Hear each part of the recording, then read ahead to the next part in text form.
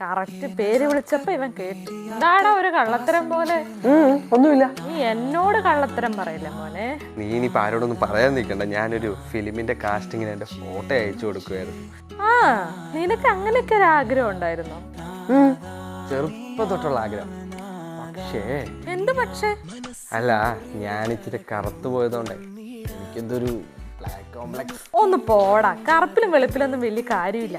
നിനക്ക് ആഗ്രഹമുണ്ട്, നീ കഷ്ടപ്പെട്ടാൽ എന്തായാലും അവിടെ എത്തും. നമ്മുടെ മണിച്ചേട്ടനെ കറുത്തിട്ടല്ലേ എത്ര പേരെ മനസ്സിലിടം പിടിച്ചത്. പിന്നെ സൂപ്പർ സ്റ്റാർ രജനികാന്തോ, ഈ കറുപ്പിന്റെ സ്ഥാനം തലയ്ക്ക് മേളിലാണ്.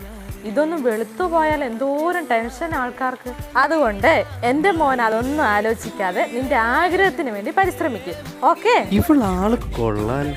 മരുഭൂമിയിൽ മഴ പെയ്ച്ച് ഫീലാക്കി. ഞാനുണ്ടോ സപ്പോർട്ടിന്.